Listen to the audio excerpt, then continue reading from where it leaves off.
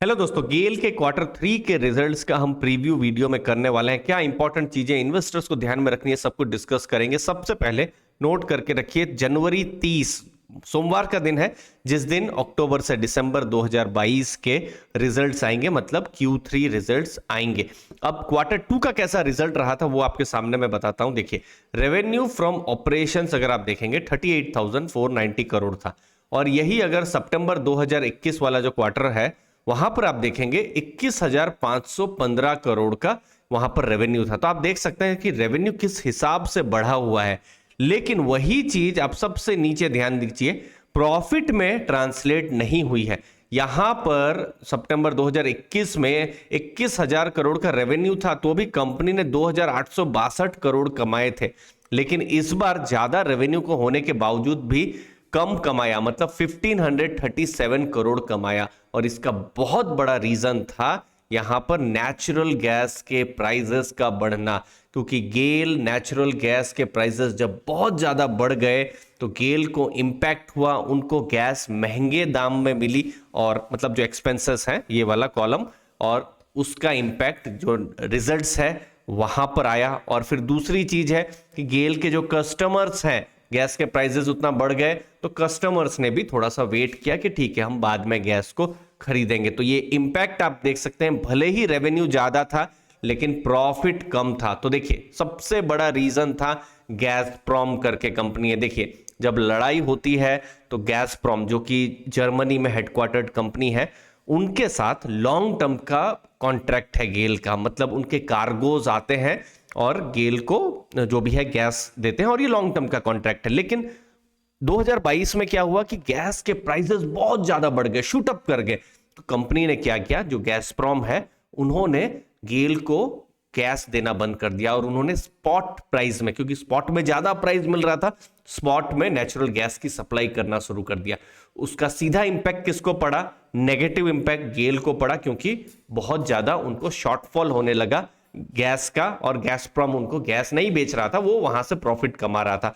बात इतनी ज्यादा ऊपर लेवल तक आ गई कि इंडियन गवर्नमेंट को भी हस्तक्षेप करना पड़ा। लेकिन अभी भी एक्चुअली में कोई सॉल्यूशन इसका आया नहीं है। सबके कारण गैस ट्रेडिंग के, पेट्रोकेमिकल, ये सब बिजनेस प्रेशर में रहा। Q3 में भी बहुत एक्सपेक्टेशन रखना भी गलत हो सकता है। अगर इनफैक्ट कंपनी ने सरप्राइज किया, सरप्राइज इन द सेंस कि जितना खराब सोचा जा रहा था उतना खराब नहीं हुआ, वही सरप्राइज होगा, तो फिर एक पॉजिटिव हो सकता है। बाकी बहुत अच्छा एक्सपेक्टेशन अभी भी नहीं है, क्योंकि एक चीज बिल्कुल पता है कि गेल अभी थोड़ा बिजनेस थोड़ी तकलीफ से गुजर रहा है। अब देख, गेल ने क्या किया कि अपनी खुद की जो गैस की सप्लाई है, उनका उत्तर प्रदेश में पाता करके जगह है, वहां पर उनकी बहुत बड़ा रिफाइनरी है, वहां पर खुद की जो गैस सप्लाई को उन्होंने कम किया हुआ है। तो ये सब चीजें एक साथ हुई, साथ साथ कस्टमर्स ने भी गैस लेने से मना कर दिया क्योंकि गैस के प्राइसेस बढ़ गए थे। तो ये सब चीजें एक नेगेटिव रहे। लेकिन हाँ, फ्यूचर में एक ट्रिगर हो सकता है जहां पर जो गैस पाइपलाइन है उसके जो ट्रांसमिशन के जो टैरिफ है वो बढ़ने की उम्मीद तब कर सकते हैं। जल्दी से एक वैल्यूएशन चेक कर लेते हैं दोस्तों। गेल के केस में आप देख सकते हैं 67,000 करोड़ का गेल का मार्केट कैप है, मतलब एक लार्ज कैप की कंपनी है गेल इंडिया। प्राइस टू अर्निंग देखेंगे 5.69 है।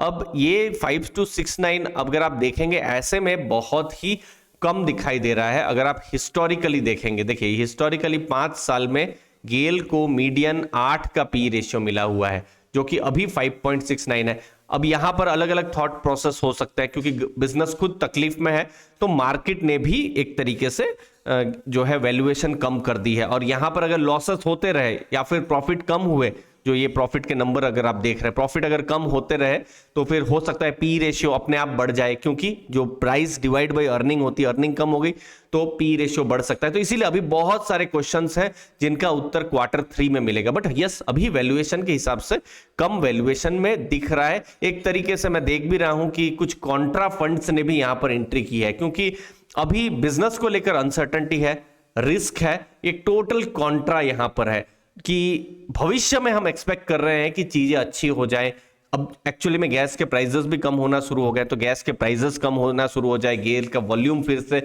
आना शुरू हो जाए, तो ये सब चीजें, इनफैक्ट ऐसा लग नहीं रहा है कि दिसंबर वाला जो क्वार्टर है उसमें आएगा, लेकिन भविष्य में अगर कुछ मैनेजमेंट ऐसा कह देता है अपनी कमेंट्री में कि चीजें सामान्य हो सकती है, तब एक थोड़ा सा ट्रिगर हो सकता है। तो अब जब रिजल्ट आएगा मैनेजमेंट कमेंट्री, तब उस समय में हम उसके बारे में जो है आगे की जो है डिस्कशन करेंगे। बट यस, वैल्यूएशन के हिसाब से सस्ता है, बट देखिए वैल्यूएशन सस्ता हो लेकिन बिजनेस तकलीफ से गुजर रहा हो तो भी थोड़ा सा रिस्की हो जाता है। तो इसीलिए अनसर्टेनिटी बहुत है, रिस्क बहुत है, लेकिन क्या कंपनी खराब है? मैं बिल्कुल नहीं मानता हूं, क्योंकि गेल एक स्ट्रेटेजिक कंपनी है भारत के लिए, देश के लिए, क्योंकि गैस का अगर आप ट्रांसमिशन का काम करें, मार्केटिंग का काम करें, एक बहुत बड़ा नाम है गेल इंडिया। तो बहुत सारी चीजें हैं जो हमको 30 तारीख को पता चलेगी। हमारे जो चैनल है अर्ली फाइनेंशियल आजादी, जहां पर हम बिजनेस एनालिसिस करते हैं, आपके साथ शेयर भी करेंगे दोस्तों बहुत सारी डिटेल्स और डाटा जब रिजल्ट्स आएंगे। मुझे उम्मीद है